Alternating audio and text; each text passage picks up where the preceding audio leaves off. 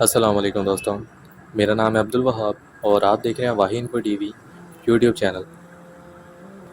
دوستوں، چند ماہ پہلے رشین ٹی وی پر 1.5 گھنٹے کا انٹرویو ایک ایسی عورت سے لیا گیا جو کہ کئی سالوں سے کالے جادو کی پریکٹس کر کے اپنی فیلڈ میں کافی ماہر ہو چکی تھی۔ انٹرویو کرنے والے شخص نے اس جادوگرنی سے سوال پوچھا کہ کیا کبھی ایسا ہوا ہے کہ آپ اپنی پوری کوشش کے باوجود کسی پر جادو کرنے میں ناکام رہی ہوں یا شدید مشکل کا سامنا کرنا پڑا ہو؟ تو اس کا جواب کیا تھا، یہ سن کر آپ بھی حیران رہ جائیں گے اور اپنے آپ پر فخر کریں گے کہ آپ مسلمان ہیں، کہ بے شک اللہ کا اپنے پیغمبر پر اتارا گیا ہر پیغام حق اور سچ ہے، جس میں شک کی کوئی گنجائش نہیں، کیونکہ اس کا کہنا تھا کہ دنیا میں صرف مسلمان ہی ہیں جن پر جادو کا کبھی اثر نہیں ہوتا، اور نہ ہی وہ چاہ کر ان پر جادو کر پاتی ہے، کیونکہ یہ ایسے لوگ ہیں جن کی روح، سوچ اور جسم پاک ہے۔ وہ 5 وقت کی نماز پڑھتے ہیں، اپنے رب کے ساتھ ہمیشہ رابطے میں رہتے ہیں۔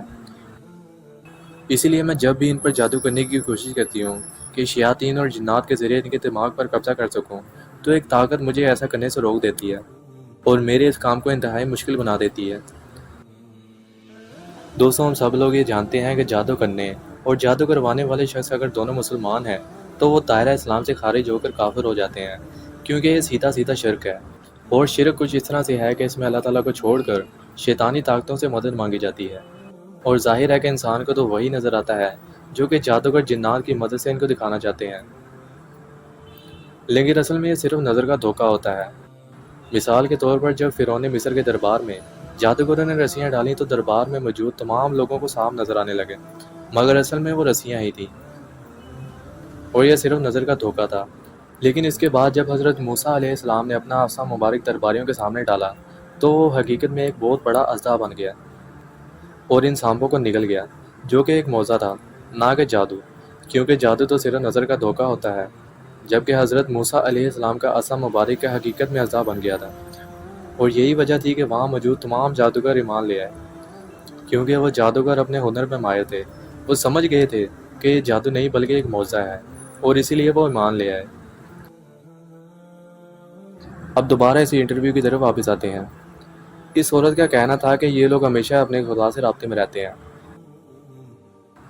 ان کے مطابق ایگری گور ایک ایسی روحانی طاقت ہے جو ہر وقت انہیں دیکھ رہی ہے، یعنی خدا کی ذات، اللہ پاک۔ اس کا مزید یہ کہنا تھا کہ مسلمان مسلسل اپنے رب سے رابطے میں رہتے ہیں، تو مجھے وقت ہی نہیں مل پاتا کہ انہیں کسی گناہ میں الجھا سکوں۔ یہ لوگ ان لوگوں سے بالکل مختلف ہیں جو کہ ایک بار چرچ میں آ کر پھر سالوں بعد اس طرف رخ نہیں کرتے، کیونکہ مسلمان ہر وقت دعا کی صورت میں اپنے رب سے جڑے رہتے ہیں، اور بدلے میں ان کا رب نہ صرف ان کی دعائیں سنتا ہے بلکہ ان کی حفاظت بھی کرتا ہے۔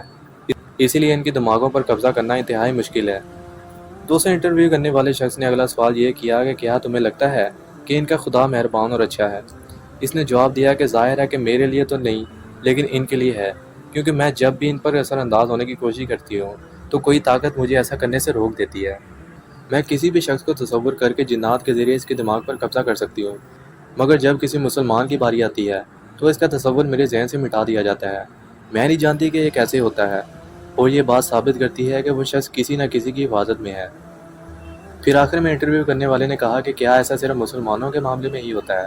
اس نے جواب دیا کہ ہاں، میرے ساتھ تو ایسا ہی ہوتا ہے۔ دوستوں، غور کرنے کی بات یہ ہے کہ یہ الفاظ ایک غیر مسلم جادوگرنی کے ہیں، کسی مسلمان کے نہیں۔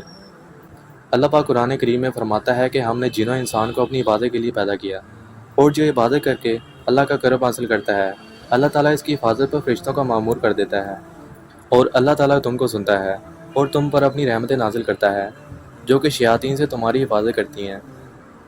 لیکن عیسائی اور دوسرے مذاہب کے لوگ یہ مانتے ہیں کہ ان کا جسم موجود ہے اور ان کی روح بھی موجود ہے۔ یہ مانتے ہیں کہ گریوٹی موجود ہے۔ یہ بھی مانتے ہیں کہ انسان کے اندر غصہ، جیلسی، پیار اور نفرت جیسے جذبات موجود ہیں، جنہیں دیکھنا ممکن نہیں، ثابت نہیں کر پاتے، لیکن پھر بھی اندیکھی چیزوں پر یقین رکھتے ہیں۔